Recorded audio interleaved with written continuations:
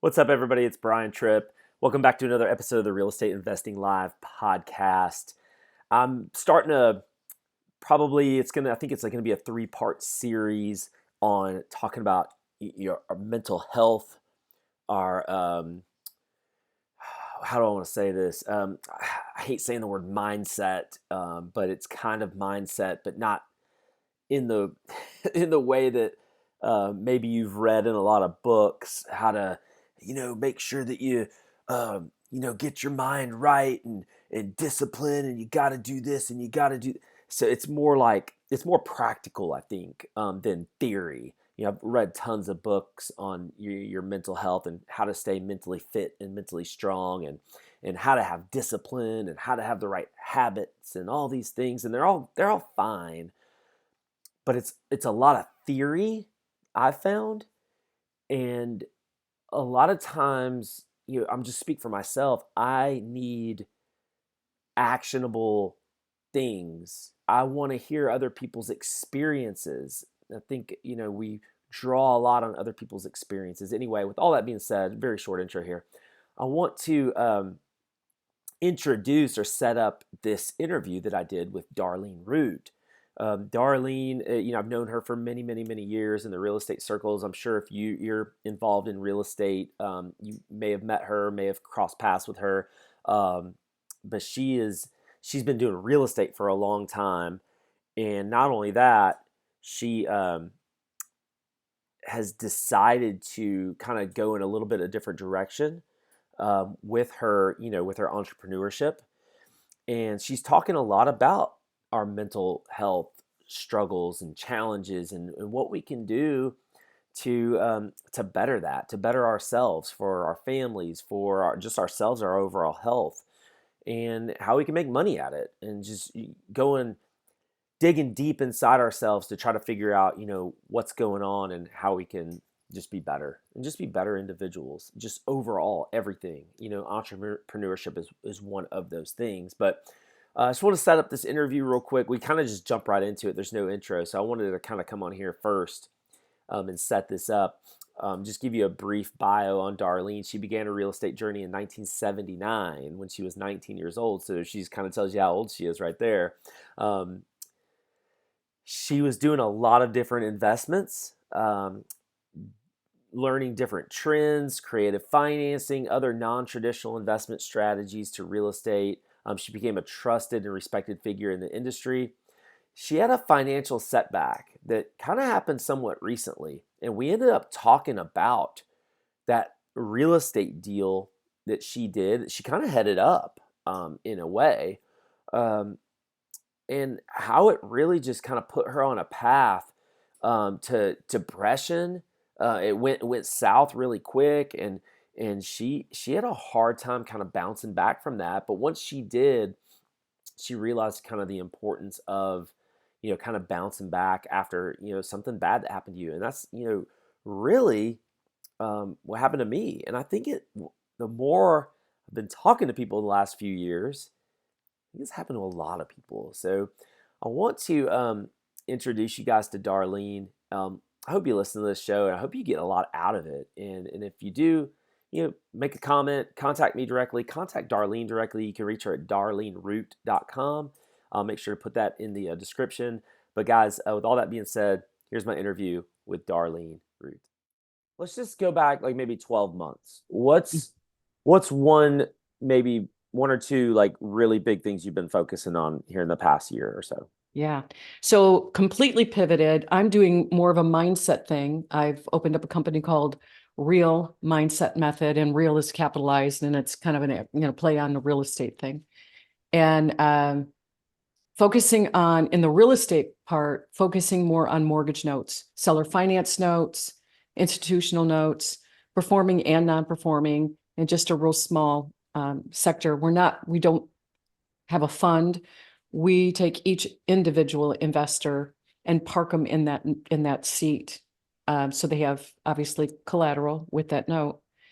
And I'm So loving it. what's your role then in that? So you're getting, you're finding the deal? I'm not finding the deal. Lisa, my business partner, Lisa finds the deal. She has She deals with the institutions, hedge funds, that kind of thing. Mhm.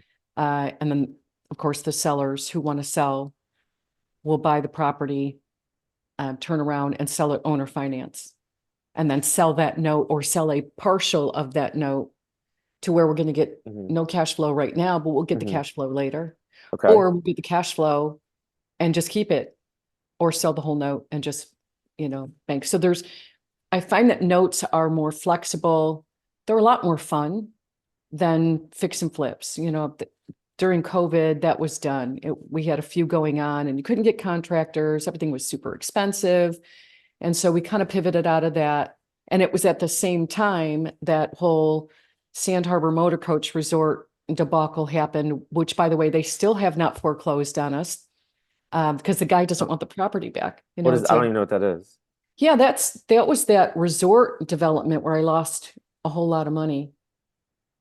Yeah, I know we've talked about that, Brian. Oh, Yeah, do you remember? where was that? Michigan. It was in the south west corner of Okay. Michigan. Very resort town, What's heavy the name of the resort, town? Saugatuck. And threw some money in this development along with some of my colleagues, and the developer wound up being somewhat of a charlatan.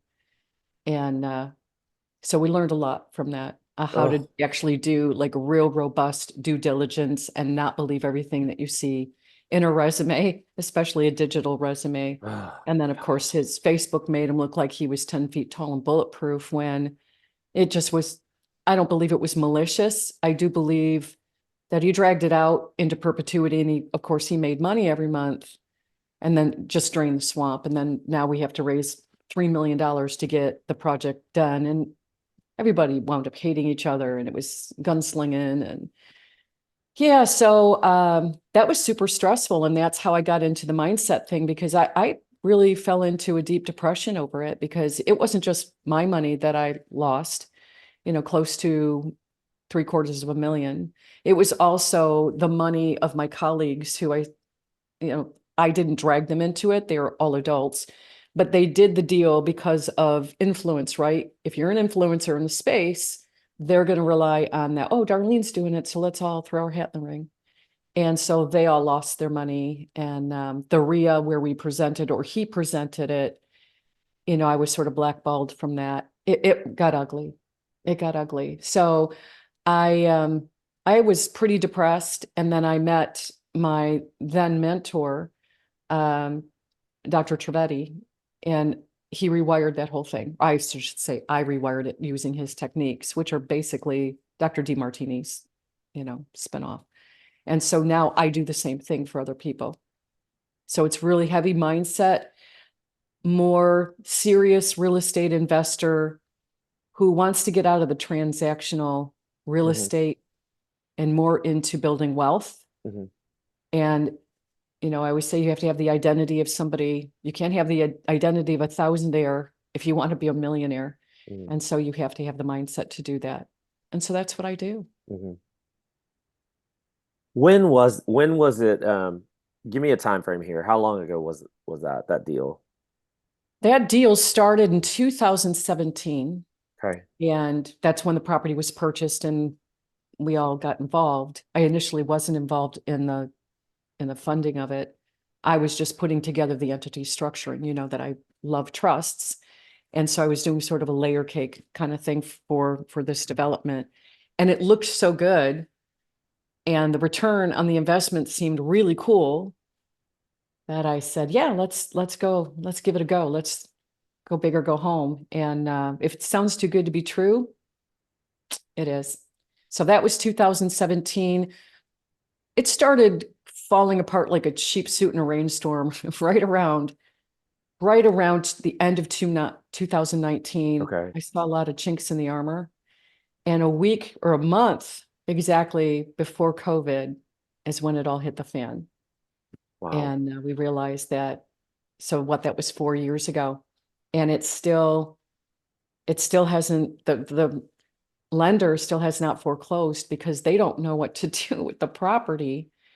And so we're all hanging in the balance. Like, we'd like to write this off. Still to this day. Still, oh yeah, still to this day. Still to Can this day. can It'll be 4 years, March 13th, Right. that we realized this, we're not going to make any money on this thing. So it would the I guess the lender, right? Would they not take any kind of deal at this point? Is anyone in any kind of negotiations with them to try to just Yeah. So when I went back to Michigan, I mended fences with the gal who runs the REIA in Michigan, and she realized that, I was exonerated. And so she invited me to kind of the members only coffee. And I met the private lender. And I said, hey, here's the deal. Will you foreclose on us? Because a lot of us would like to just close the book on this thing and write it off, do a loss carry forward or whatever. And he said, no, I think you guys are, he was hopeful that we were going to go ahead and do something with it. We were in negotiations with a manufactured home company. They were going to do MH, and they realized that they couldn't do it. mm, It was too small and they couldn't secure the other piece of property. So fast forward, I said, yeah, so that deal is not going to happen. And it's too big of a project for mom and pop, too small for the big guy, too big for small. And I said, so we could do one of a couple things. We can buy the note. I have some people who will buy that note off of you at a severe discount. And he's like, no, I would rather foreclose and take the property. Well, let's go. And he still hasn't done it. And I went back to Michigan in May. So that was beginning of June, and haven't heard from him since. So now it's just a giant cow pasture. and it was gonna be a what now? What were you? Motor coach resort. So it was going to be high-end motor coach resort, the Mhm, lives of the rich and famous. mhm, And the theory was great. The execution was right. abysmal. How close to the water was it? How Oh, it close was to? right on it. Well, we were right on an all sports lake. Mhm, So technically we were in Allegan, which is about 35 minutes away from Saugatuck, which is right on Lake Michigan. mhm, So Allegan, about 35 minutes, depending on who's driving. yeah. And it had an all sports lake and a Mhm. private lake. So you're self-contained. We were going to have this great clubhouse with activity director, all of that fun stuff that makes up the beautiful lives of the rich and famous. And it just failure to launch. And so how much is the note? How much is the debt? So the debt, the face value of the debt, the original loan was 420,000.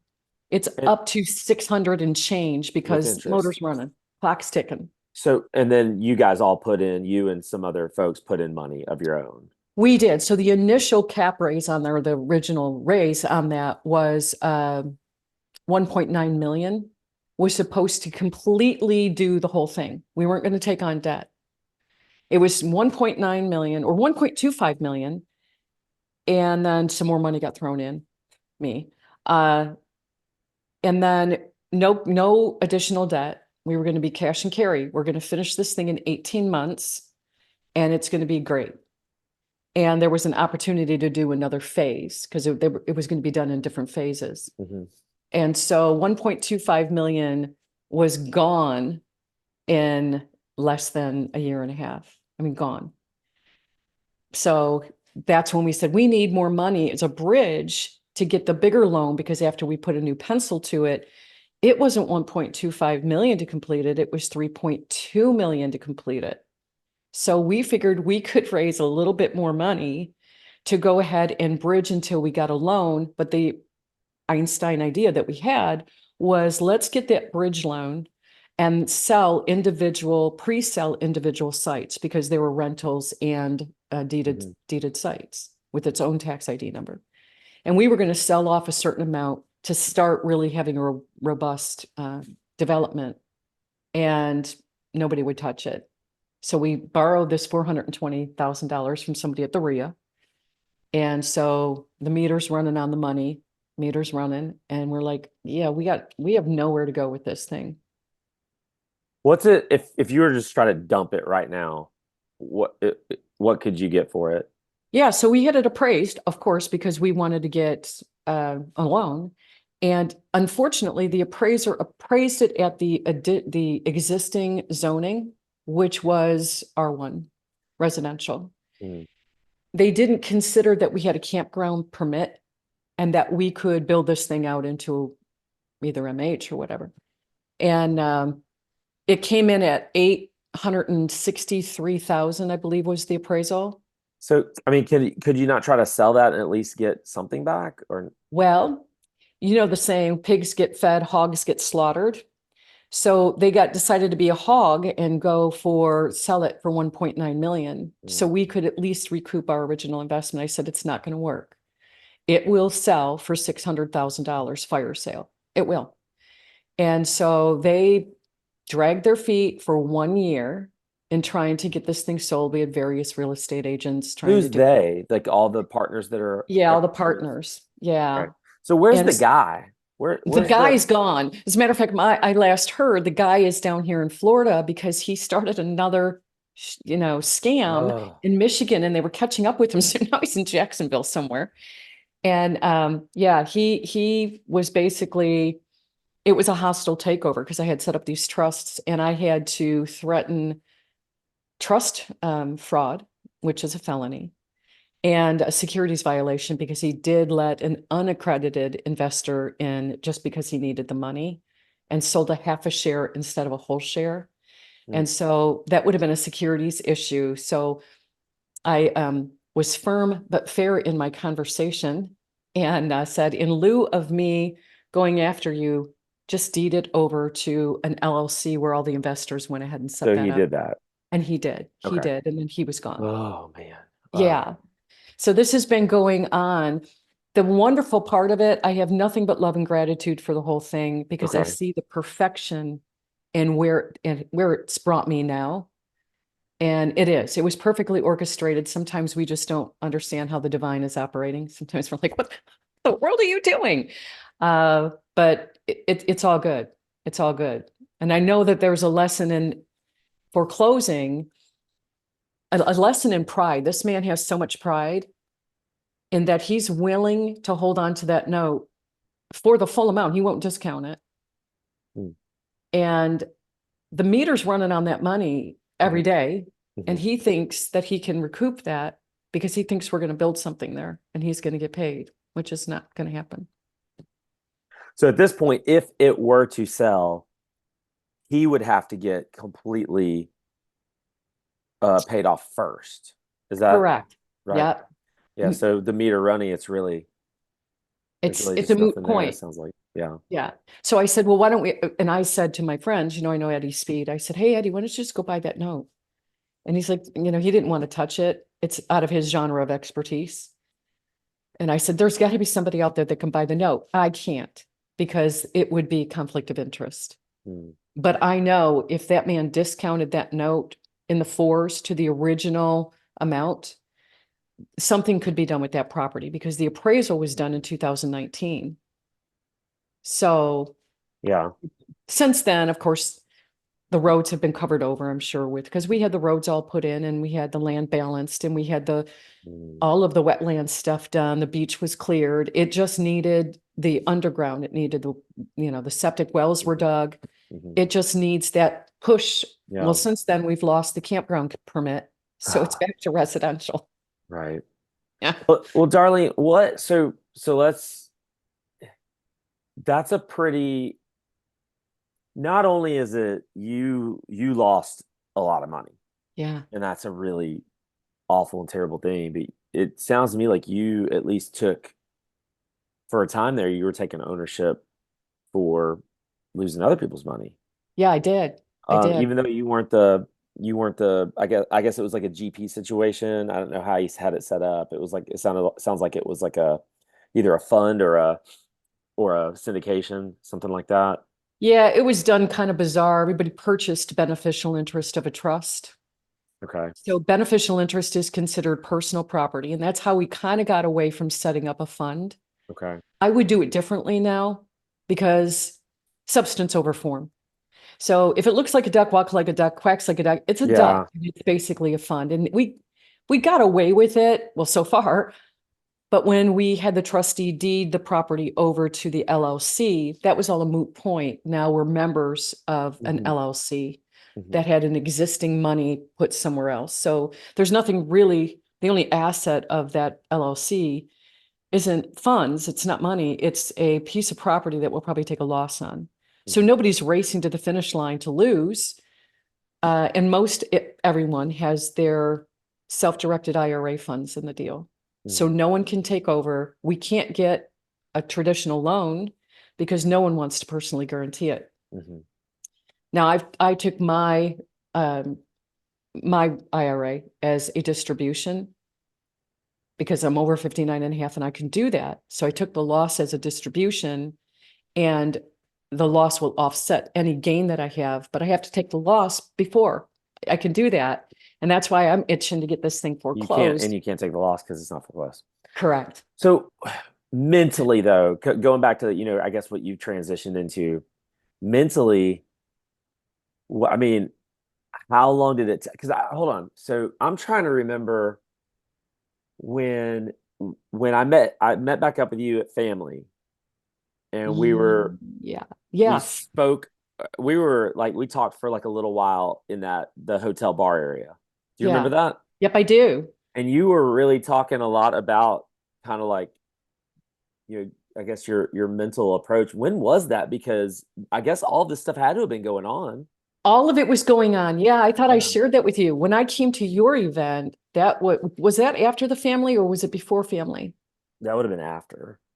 That would have been Yeah. after. So yeah, I'm trying to think back too. So that would have been that would have been, let's see.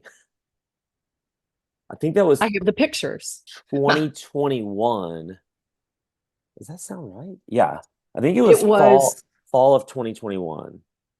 yeah, because I have the pictures of John Jackson stealing my phone and doing, Oh, you still have that iPhone 3? no, I don't have the iPhone 3 anymore. Okay. I've graduated just because of that event. Yeah, there's a couple of pictures of you and I in there. Because I And made I'm fun of going to you. have to say, I'm Apologize. scrolling all the way to 2021. Here it is. Oh no, John Jackson. Oh my gosh. Can you So see? when was it? Was that 2021? November 5th. So I bet But that was your event. That was your event. so that family event would have been September of 21. Yep. So you were already in this, going through it, and really kind of not on the other side of it, but you already kind of knew, and you were already dealing with that pressure, trauma, really. Trauma, I've lost really. other people's money. I've had to pay it back, and thankfully I have, but like that is one of the most empty feelings when whether it's whether legally, like you said earlier, they're an adult, right? They're an adult. They understand the risks involved in doing these deals. Yep. But at the same time, I've borrowed money like on a house flip. I mean, I'm Hmm. talking like 100 grand. I'm not Yeah. talking, crazy amount of money here. 150,000 maybe. And I was late getting the money back. Now I paid it all back with interest, but that sinking empty feeling is something that, I mean, it's pressure, it's stress. Oh, you It's don't even know. It was, Well, I do know. yeah, well, you do know.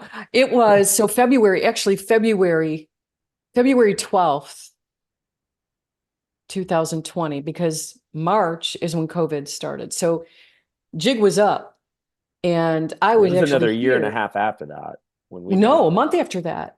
Well, I'm just saying when we met up, it was a year and a Yes, half after that. it was So a year and a half. you were already in it. I What? was already in the thick of it. I was already going in the throes of it. They were all going to sue me. I mean, it was, Hmm. the one guy took out a big, huge smear campaign on me on social media. I had to hire someone to get all of that off. And then prior to that, we had to hire a hostage negotiator. Hmm. And here I'm defending the developer at the time. This is like 6 months prior to it all hitting the fan.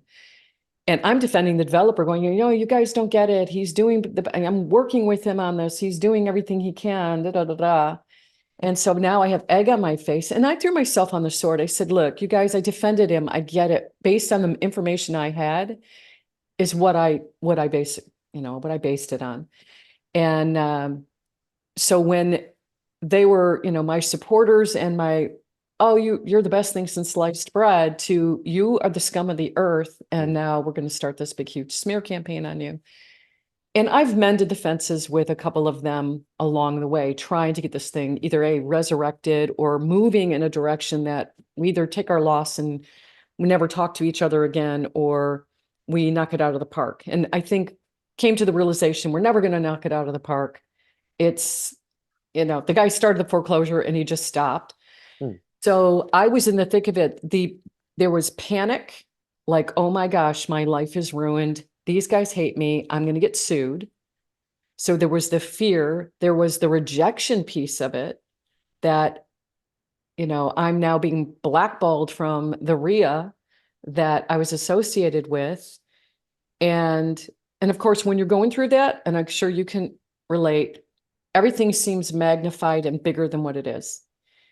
I wasn't blackballed. I couldn't show my face. And of course, the owner of the REIA was furious. She blew up my phone often.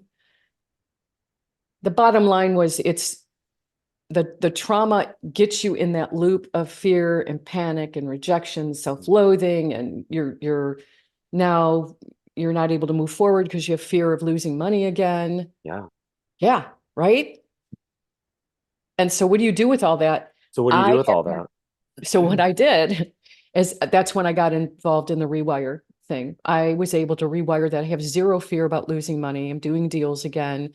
But it honestly, Brian, it took a year and a half. Yeah. It took a year. I kind of was stagnant. Now I did deals with my business partner. I wasn't lending money anymore. I wasn't taking big risks like I did before.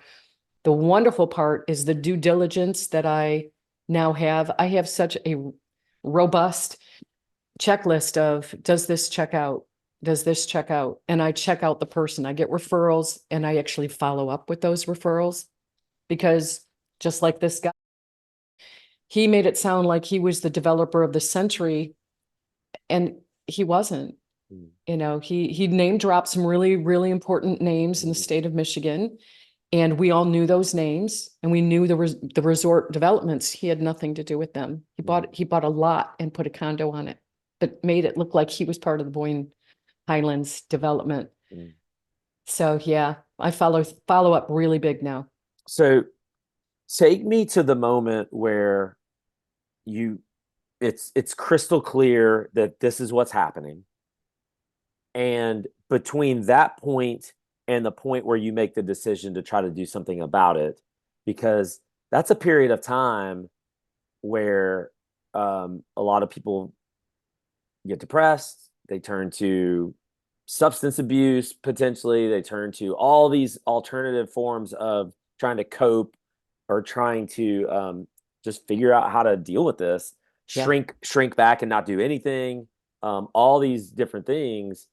What was that period like for you, and how do you actually get to the point to where you make the decision to make some sort of change? So when I go to the moment when I first realized, oh my gosh, I've been on the wrong team, and I just made a complete boob of myself because I've defended this guy, and then it was glaringly obvious. That was the moment I'm like, triage. The minute that happened, I said, I've got to save this thing, or I'm screwed. This is a large sum of money in my Roth IRA, which the profit would have been tax-free. And so I band together some of the investors who were still talking to me and said, here's the deal. I'm throwing myself on the sword. I think I have a solution. And they didn't want to hear it because they didn't trust. That's when I started to implode, like, oh my gosh. And then COVID happened. So the trauma of that on top of this whole thing was almost unbearable. And so having been holed up in the house, can't go anywhere, feel like a caged animal, and then I have to deal with all of this, trying to get funding.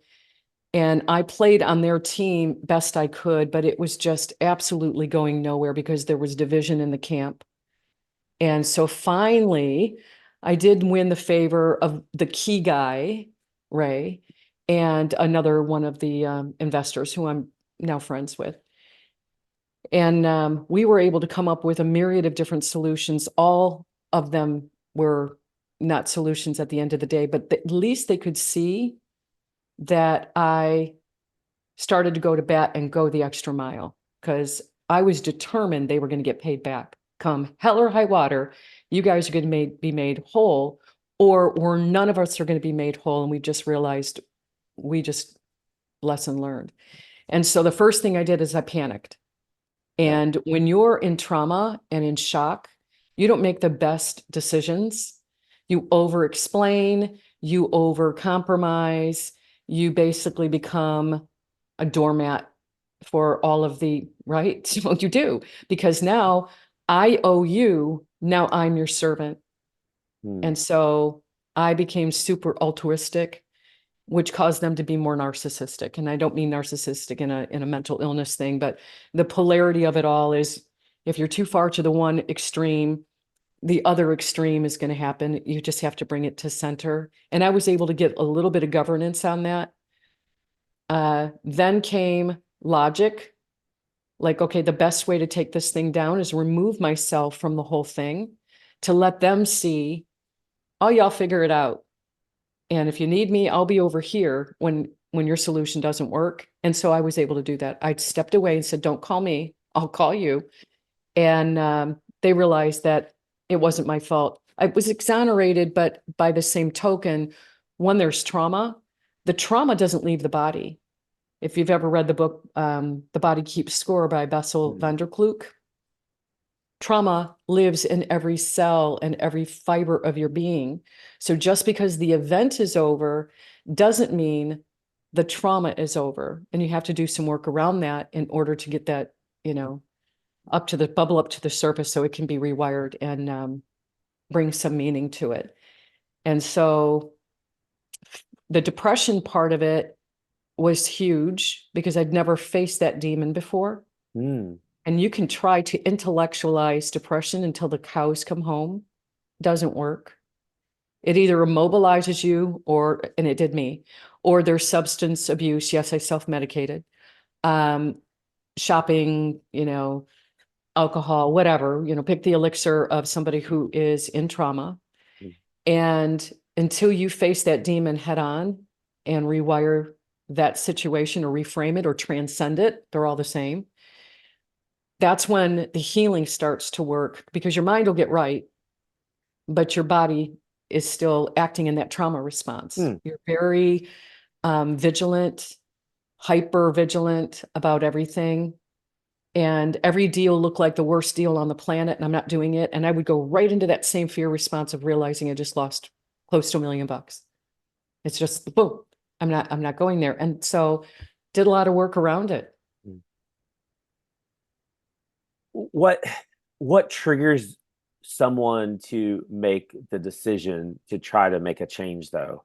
Because I feel like that's the key. That's like the hard part. You're in it, you're in the depression, you feel like you've just completely screwed up your life. You screwed up other people's lives. At least you feel that way.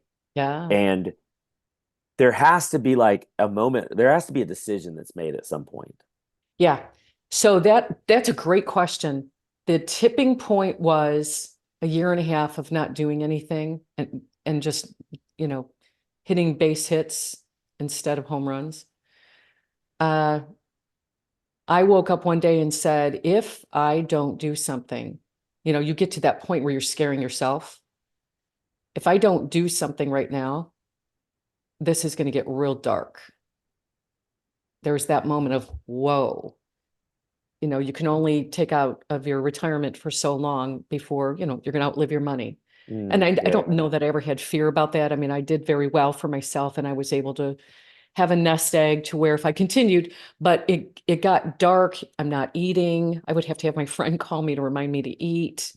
Um, I don't watch TV, so I wasn't binge watching Netflix or anything, but social media scrolling and just mind, it just, and I don't know where days went. Sometimes days went into like months. Like, what am I doing? What am I doing? And then Lori Graymont, Lori, don't you? She reached out and she said, look, I have this mentor and I think maybe this guy can help you. Mm, And so I poured my heart and soul into the teachings and really did a lot of work. And out of that, that's why I do what I do now, because it worked so magically for me. It wasn't without work. I mean, it is work. You're working on yourself, you're going in deep. Some of the childhood trauma that I had, teenage trauma, early adulthood trauma, all of those started bubbling up to the surface. And I learned how to rewire pretty much on the daily. If I'm Mm, triggered by something, it's okay. yeah. Why was that a trigger? What started that? You're holding your head like, oh my gosh, this is insane. No, I'm scratching. Sorry. So, yeah, it's a daily work. It's a daily work. Yes, it is. A couple of things. Trauma doesn't leave the body. Yeah, the body I- keeps I'm, score. I'm trying to understand what help me understand what that means. Like I Okay. think I heard you explain it, but I'm trying to maybe give me an example. Okay. Trauma doesn't, so I'm going to take a really odd one that just happened. I had a photo shoot done because I needed to update my promo pics. You can only go as far with your high school photo. People are Come really going to go, on. that's not you. I was Um, looking. Hold on. That's interesting. That's interesting. Maybe we'll get back to that. We'll get back to that. Because I was looking at something recently. I was like, wait, because I needed a headshot okay. for the thumbnail, and I was looking at something. Sorry, go ahead with your story. No, no, no, no. We'll You circle around. started it, Brian. Go. No, I'll circle back to it. Go ahead. Okay, I'm writing that down. So I just hate having my picture taken. And I said to my mentor a year ago that I needed to have my promo shots done.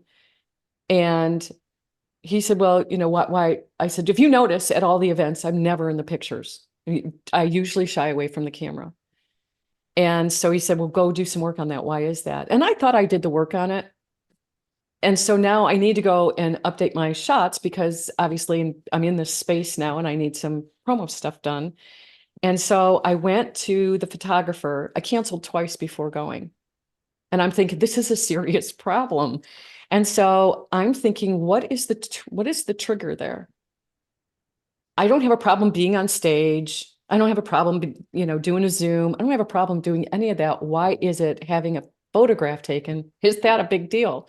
So I get to the photo shoot and I'm super nervous. And she said, do you want like a glass of wine or something to calm down? I go, no, I'm just really nervous.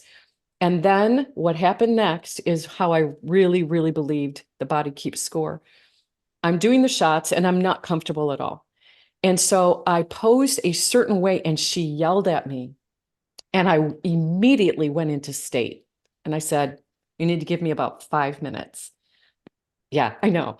I'm like, okay. So what triggered the instant thing that triggered was I, when I was in second or third grade, I had cat eye glasses and I was just this homely kid. My mom always cut my hair super, super short because she didn't want to do it. And I was a blonde to begin with. So it was like you couldn't see it. And I had these cat eye glasses and I hated the outfit I was wearing. And I'm sitting there having my photo taken. And I blinked because the glasses were kind of new and the flash would make me blink. And the photographer yelled at me. And so, back when you're in grade school, they're only going to do one shot, Charlie. They're not going to go, okay, pose this way, give me your chocolate side. They're not doing any of that. They're having you just Gosh. pose and you get one. And he yelled. And I was like, wow, this is an authority person yelling at me. And here's what he did next. He said, I'm going to do it again. Stop your blubbering, because I started to cry. And after he did the shot, my mother got the photos and she said, these are awful because I'm pouting. I wish I had a picture of it. I'm like, this is, What what grade? You said that was third grade? I think it was third grade. Oh, So when she yelled at me, it was like I went right back into holy crap. This is what happened. I rewired it, had a fabulous time doing the photo shoot. I would do it again all day long. Um, so your organs, so if there's anger, it settles in your liver, in your spleen, because how do think you know about that? it, because of the work that I do.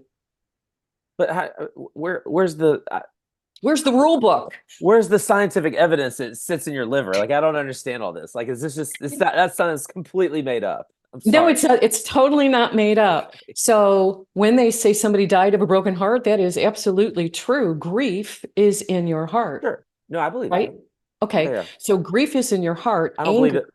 I don't necessarily believe it's in your literal heart, it but I is. do believe that grief is in your body and that can cause you to die for sure. Absolutely. As does anger, as does revenge, having revengeful thoughts. Yeah, yeah. Thyroid for women.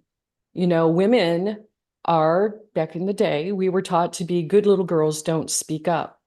We didn't speak our truth. Women weren't speaking their truth until the 1960s came along and they started burning the bras. Then there was that women's lib thing. But for the most part, little girls don't speak unless spoken to. And we get into relationships where we feel like we don't want to speak up because we don't want to be a bitch. Oh, you sound just like your mother. Mm. Those kinds of things get spoken over us. Or, and this was where it happened for me in the investment thing, I didn't feel like I had a voice anymore. So not only is it metaphoric, but it's also physiological as well. Your psychology is your physiology. And so I developed a thyroid issue. And so, and even in my marriage, I did not feel like I could speak my truth without being shut down. And so I would, bite your tongue. You're not going to speak your truth, right? And so, yeah, I gave myself a nice little healthy dose of thyroid nodules and precancerous nodules. So it is very true. The book is as boring as watching paint dry, but that book really opened my eyes. So I combine the mind science with the science, and that is Yeah. true. So yeah, so going back to like the trauma doesn't leave the body, you when in that moment you're getting your picture taken and that camera person yells at you, Yells at me. you just have this, and I don't want to, you don't need to give this away. You did already say 59 and a half. So let's just say 59 and a half minus 8, you're 9 in third grade. Yeah, So I'm well if into my 60s so now. 50 years ago, maybe 55 years ago ish, Yeah. you have this moment that you remember from 50 years ago. I didn't remember the moment. My Your body body remembered the remembers. moment. I was smart enough to go, wait a minute, that there was a trigger there and it flashed. I'm thinking, holy crap, I remember everything about that room, how dark it was in there and how Yeah. mean that man was. I saw his face and I thought, okay, I need to go transcend this because you can't manage or you can't manage what you can't transcend. And so I went in and I said, you need to give me about 5 minutes. It took longer than that. And I completely reframed it, rewired it, and I can do it pretty fast on the fly. And I went back there and she said, well, what was going on back there? So it was a teachable moment for her. You just don't realize the Sure. burdens that people that they carry, right? Yeah. What would seemed maybe benign in the third grade, in that moment, I was being told I was ugly by the photographer. These are going to be awful pictures. And it was confirmed after the pictures were developed that they're pretty dreadful by my mom. And so now you get double rejection. Do Right. you think I'm going to be happy about having a photo shoot done? Hmm. No, no. So I just thought that was kind of an interesting thing. I could feel immediately recoil. I was tense. And where I felt it was really my heart was sort of like crushed. Like, you just yelled at me and you're telling me I'm ugly. And so when a photographers do that, then yeah, you got to go rewire that. Had you done a photo shoot since then? Yeah, that, Or that was any? just the photo shoot I just did. So You're my right. promo shot on Facebook is the result of that photo Well, shoot. no, what I'm asking is before the most recent one, had you done any kind of like headshots or anything like that for like in the time I did. in Funny between? thing is, yes, I did do a professional headshot. We did 3 shots. I'm like, let's be done with this. I had anxiety about it. It was like 15 years ago. And it was super starchy. And then I believe that was the only other time back up. uh, I had, that's the one. About that. Is you have that on your phone? Now I'm feeling like a little No, freaked out there, Bri. I just went to your Facebook page. This is all kind of It isn't public. It's anymore. not public. No, it is. It's in your I click it's not your current profile picture, but it was a profile picture. It was a profile picture. And then I'm a clicking friend through of your profile mine, pictures. Yeah. yeah, a friend of mine took, oh, then I had a picture done like with somebody took a picture of me with a camera and I, had the background photoshopped and I used that. And then a friend of mine, one of the investors came down here and, took a picture of me on the beach. And I had that as my promo shot for a long time because I'm not getting my photos done. What was And wrong so with that? finally I said, Why did you need to update it? oh, because I don't look like that photo any longer.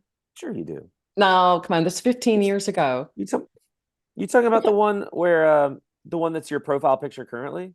yeah, that one, that's brand new. That was the photo This shoot. That's the one. That that's was the one right that's after I brand new. cried. Pardon me? Okay. That's the one that's brand new. Yeah. Which one are you talking about on the beach? I don't Um, you talking about this one? What's this one? no, no, that's the one at a bar. At a bar? I was at a bar. Okay. Anyway, It's the other one. It's with the sun behind me and the Naples Pier, which is no longer. Uh, okay, gotcha. yeah, it's kind of a beachy sort of thing because I just won't go and have my photo done. So Okay, now so I've rewired that. Now, get a camera out. I'll have a picture done. I have no problem. As a matter of fact, hmm, she reached out and she said, we had so much fun on that photo shoot. Would you be interested in doing a boudoir session? I said, I'm not doing boudoir. I'm in my 60s. I draw the line, right? She said, no, we have a lot of older women who are now speaking their voice. They're speaking their truth. They are now in their 60s and 70s doing boudoir. I said, well, let me think that's about a that. completely different topic, completely different subject. Edit this whole You're making me conversation. uncomfortable. Maybe I have some trauma from my past. Okay. Okay, so I'm just trying to understand this too because I don't want to make this about me, but just to kind of based on what you just said, Mhm. I have found that I will just stuff it away. I just it's gone, it's done, it's over. No, I know I see you shaking your head no. And so here's the best I don't even know I'm not trying to get super vulnerable or anything. No, go right ahead. We've And had pretty bizarre conversations, Brian. It's all good. bizarre? I don't think we've had bizarre. We've had long conversations on the But they bizarre. usually go in directions that they just go, right? Sure. Well, that's what conversation is, right? It just That's all it goes. is. So I think back to okay, so like my dad, for instance. Mhm. He was I didn't really know my dad at all. I mean, he would pop in from time to time until I was 12. So I'd never had a relationship with my dad. Okay. He would pop in and he'd be like, "Hey, do you want to go do this fun thing?" And the memories of my dad until I was 12 are he's just going to show up out of nowhere and he's going to take me to like a Cubs game or he's going to like take me to do something like that's really fun Mhm. and then drop me back off. Don't see him again for another year or two or whatever.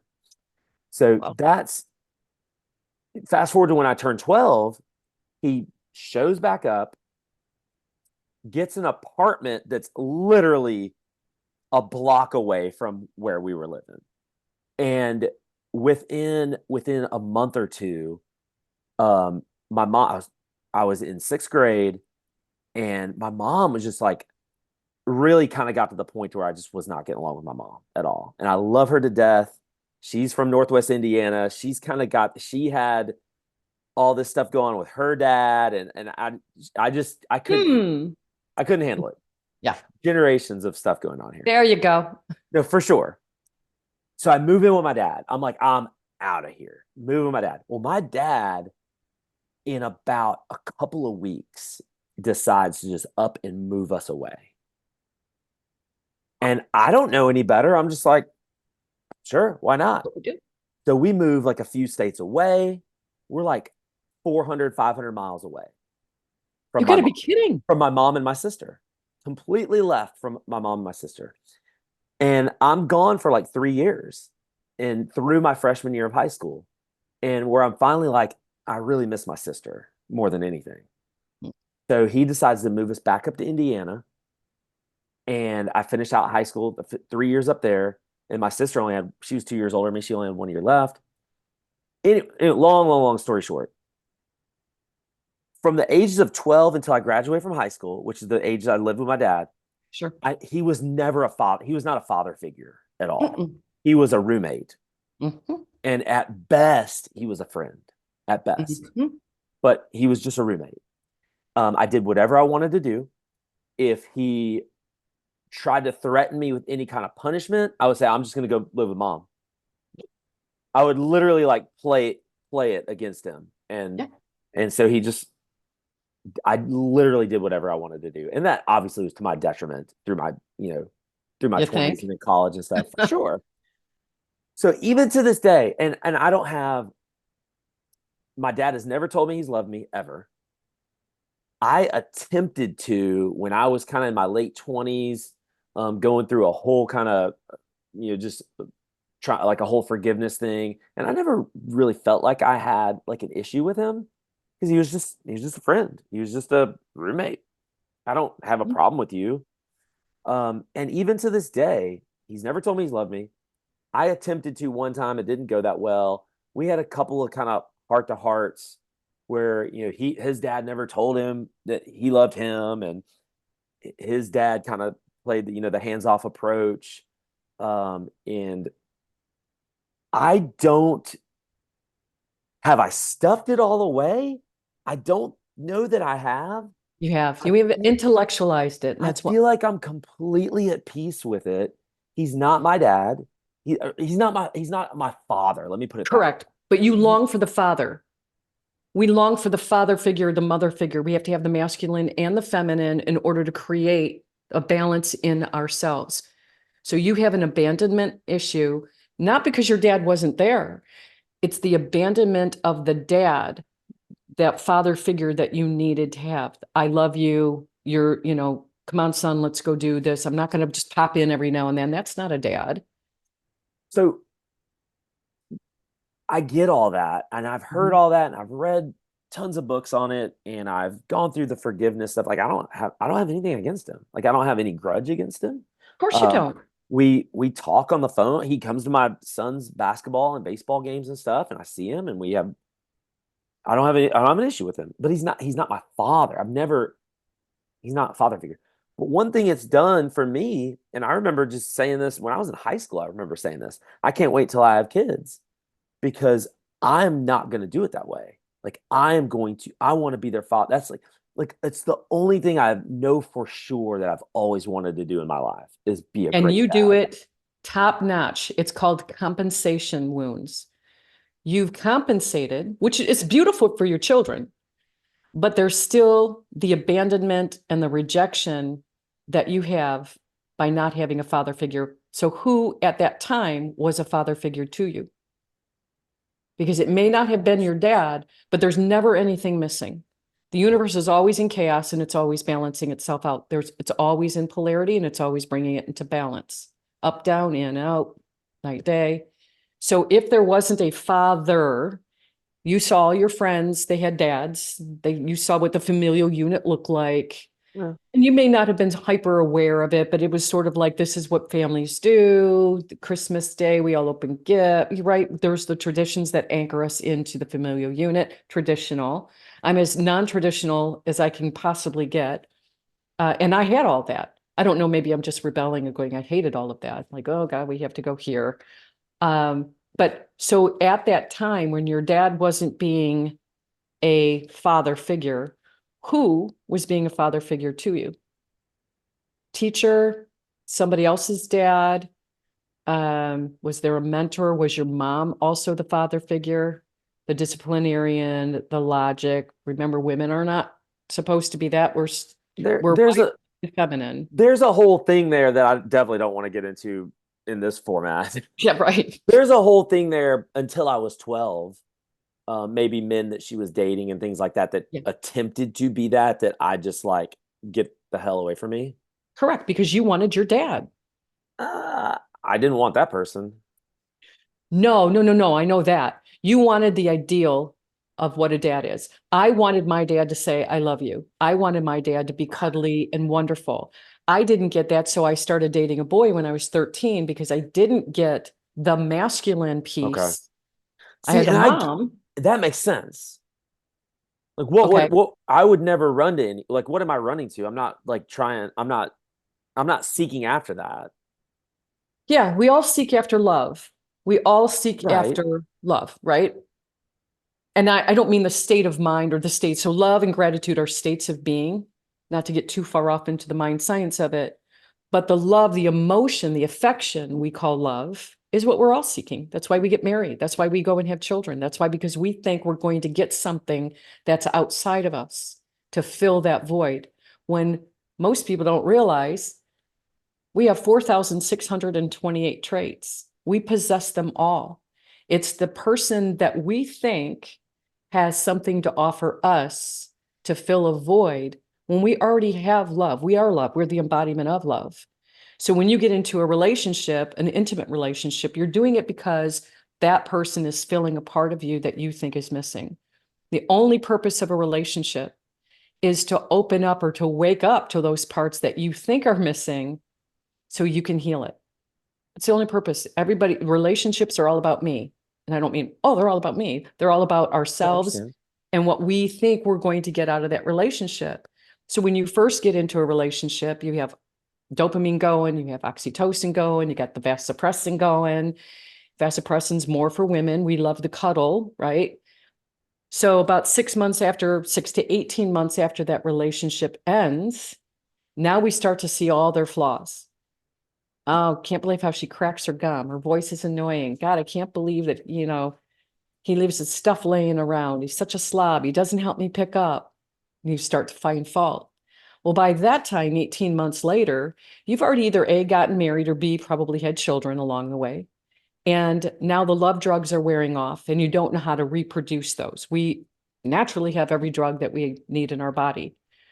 So we look, that's when people, maybe the grass is greener on the other side. I'll go find someone else.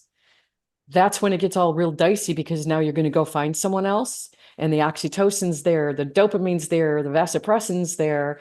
And then 6 to 18 months later, it starts to wear off. In the beginning of those relationships, I tell my students, really go into it with eyes wide open and say, fast forward 3 years from now, is this really the person I want to have as a father of my children or the mother of my children? Is she someone that has enough qualities that even after the glitter is gone, that there's something here instead of just the screaming thigh sweats, as one of my students called it. Okay. There has to be, we get some crass conversation. So This is all you, by the way. no, That's not me. no, I'm saying with my students, they come Oh, up with some of the I'm most like, interesting statements that I've ever heard.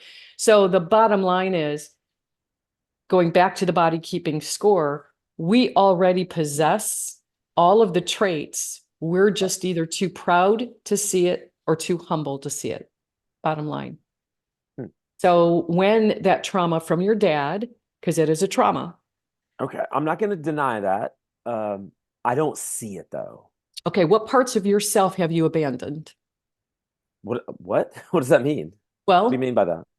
so usually people who have been abandoned or rejected usually do the same thing in their relationships. Okay, like give me an So example because I don't even marriage. know what you're talking about. I didn't abandon my marriage.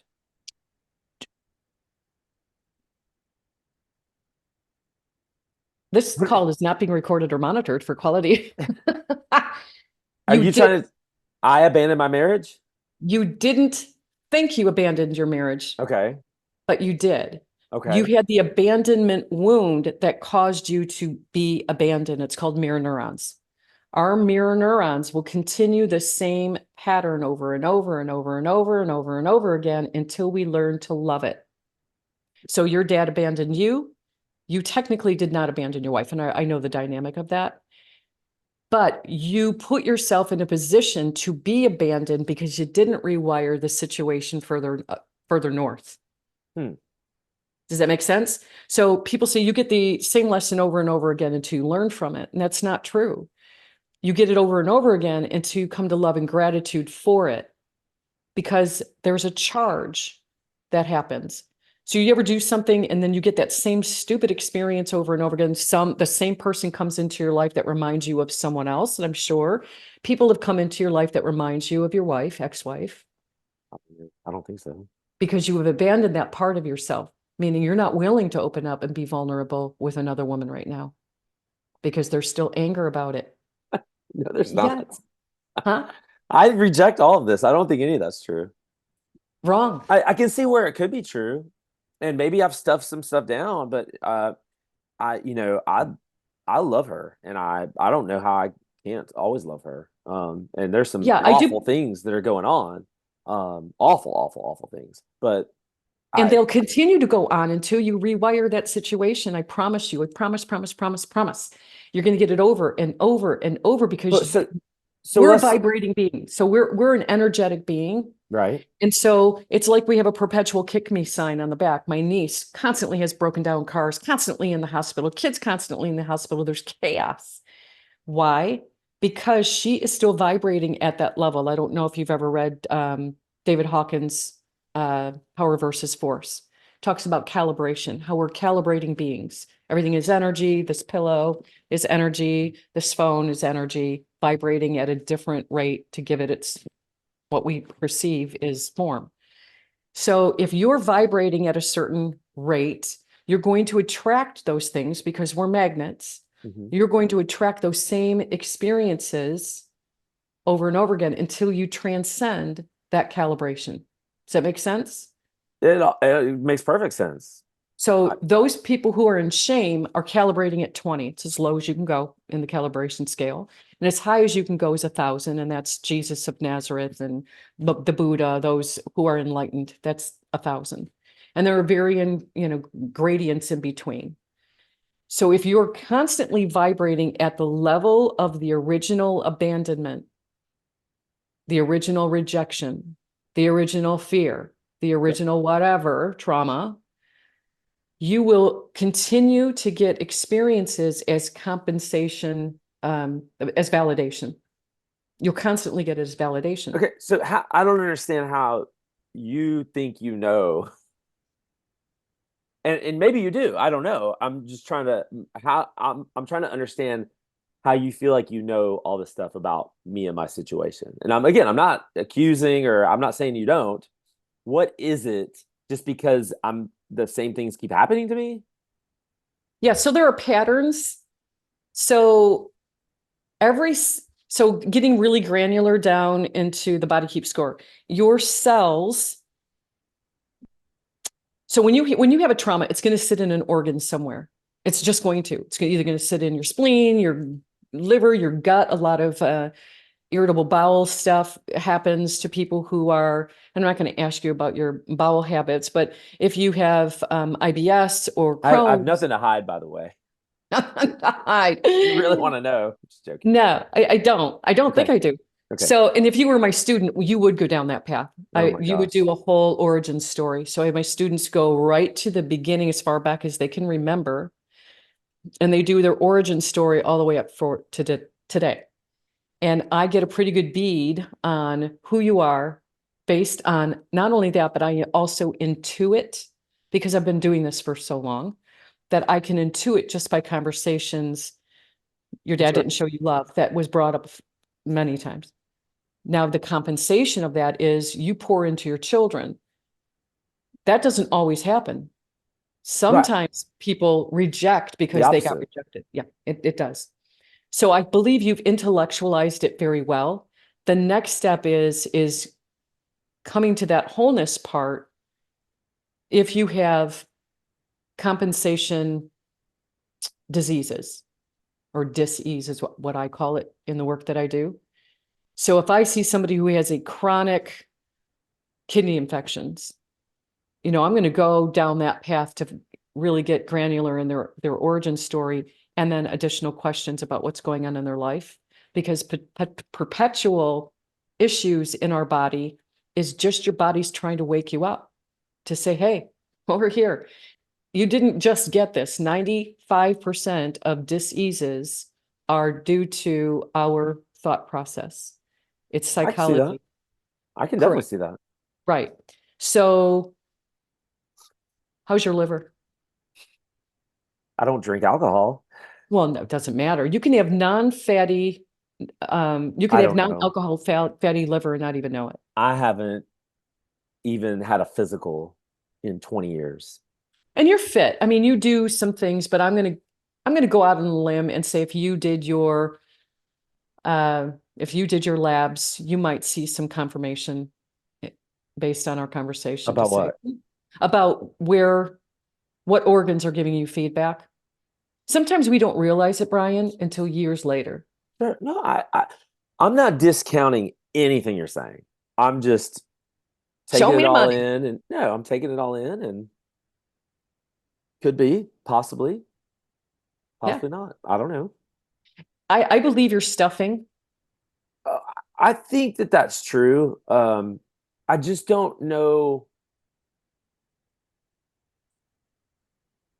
And by the way, I think that this is, if for whoever's listening to this, watching this, if this is what you want, this is you want to want to get like kind of like really get to the bottom of certain things. I think that's why maybe I'm a good case study. Get to the bottom of certain things. Make sure you get in contact with Darlene. But um, I I'm sure I probably do.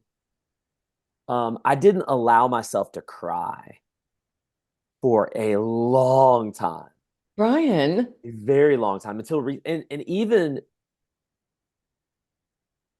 I allow myself to cry now, but only in complete privacy. I will not, and this is interesting. I almost like cannot cry in public. Like I'm just like, I'm not going to do this in public. Absolutely not going to do this around other people. But I was on a witness stand not even a month ago, and I started crying, and courtroom full of people, and oh, I'm like, I'm so sorry. I literally got up. I got to take a minute. I went straight to the bathroom. I was like, I can't even believe what's happening right now. It was wild. remember how you said it was all stuffed down? No, yeah, no, I believe. So that's what I'm saying. At Like, I some believe. point in time, it comes bubbling up. Yeah, no, I It believe did. that. But that was regarding my kids. That was regarding like the love I have for my kids. Yeah. Which, um, and every single time I've cried in the past 4 years, it's always been about my kids. Yeah, you have Um, an amazing amount of love for those kids. That is your heart. So when you were on the witness stand and that moment happened, what you've been stuffing down bubbled up. It's going to leak out somewhere. What a great metaphor, right? It leaked out. But crying in private is pride. oh yeah, yeah, yeah. No, I That's believe that. pride Sure. because there's shame, right? Pride and shame on opposite ends. Okay. Okay. So you have peace. Everybody wants peace. What happens when we fight for peace? We get war. When we seek It's interesting because approval, I'm fighting for peace and I'm getting war. What's happening? What's that all well, that's about? why I said it, Brian. The harder you fight for peace, the So what's more you're going to get are war. you trying to say I should be fighting for war? No, you're bringing it. I knew I had my pen for a reason. I'll do it this way. So this is polarity. I'm going to do it up and down because sideways, up and down. So peace, we want peace. The universe is always what? Balancing itself out. On the opposite end, the harder we fight for the one, we're going to get the other. That's why the law of attraction, people, the law of attraction, the law I of get it. attraction is also the law of repulsion. Totally get that. Going to get it. So if you are fighting for peace, you are automatically going to create war, and it happens at the same time, simultaneously. So the best thing to do is look at both sides. What are the benefits of having the war? Name one benefit of having the war. Uh, it there could be a conclusion. Things could potentially come to a conclusion. Like if we're going to war it out, someone's going to lose. Well, can't war come Instead, to out of love and gratitude? War's not going to come. Peace is not going to come from war, I promise you. It's just not. If you are fighting so hard for peace, you're going to get the war. Instead, you this is your assignment. Go and find 100 benefits. Do this. 100 drawbacks to having peace. You're polarized. Just by the look on your eyes, you are so attached to the outcome, you're not seeing the war that you're creating. Unless you can come to love and gratitude for the whole thing, you're going to no, continue to do this constantly. I really think I have that though. You don't, you intellectualize it. You have intellectualized everything. Otherwise, Sure. it wouldn't be happening if you've done the work. It would What? break that charge right off. What wouldn't be happening? A war? The war. I promise you that war would stop. Only one person is at war, by the way. You're creating it I'm by creating wanting it. so much peace. You're creating the war, Brian. Okay. You're creating the war. And I I'm can not work with saying you you're wrong. offline. I'm not saying you're wrong. Yeah. I've grown and I've matured enough to know better than to be like, you're wrong. I don't think you're right, but I'm not gonna but I Offline, respect you enough. No, I respect you enough and I believe what you're saying. Maybe I'm just I don't know what it is. you don't know what is. I don't know what it could be that I'm doing that I could be doing. I'm being incredibly overly peaceful about things, and that's creating the war. I think that's what you're saying. And what should I be doing differently? No, you're not being incredibly peaceful. You're fighting for the peace because you said, Okay, that's true. You're right. right. So Yeah, you're when you right. use the words fighting for peace, look at our country. We're fighting for peace and look what Sure. we've created, No, I get war. it. Yeah. Yeah. So in doing the work, I do take you down a rabbit hole. So what's the alternative then? Like give up? Don't No, no, fight? no, no, no, no, no, no, no. The antithesis of that. When you don't have to do a thing except for do the work to bring it to love and gratitude. The minute you get to that state of being, that's why I prefaced before, love is an emotion the way we do it. Love and gratitudes are states of being. But Darlene, I'm telling you right now, like I I promise you, you're not. do have a tremendous amount of love and gratitude, even towards the situation. Like I talk about this and I think about this all the time about how I'm grateful every day. I'm grateful. Uh, I'm grateful if she hadn't left. This is 4 years ago now. If she hadn't left, then I probably would not be the father I am today. Beautiful. Like There's a benefit. it forced me to be a great dad. So like I've already like I've gone down this route and I truly believe that she had to leave. Like Mhm. I am it absolutely had to happen.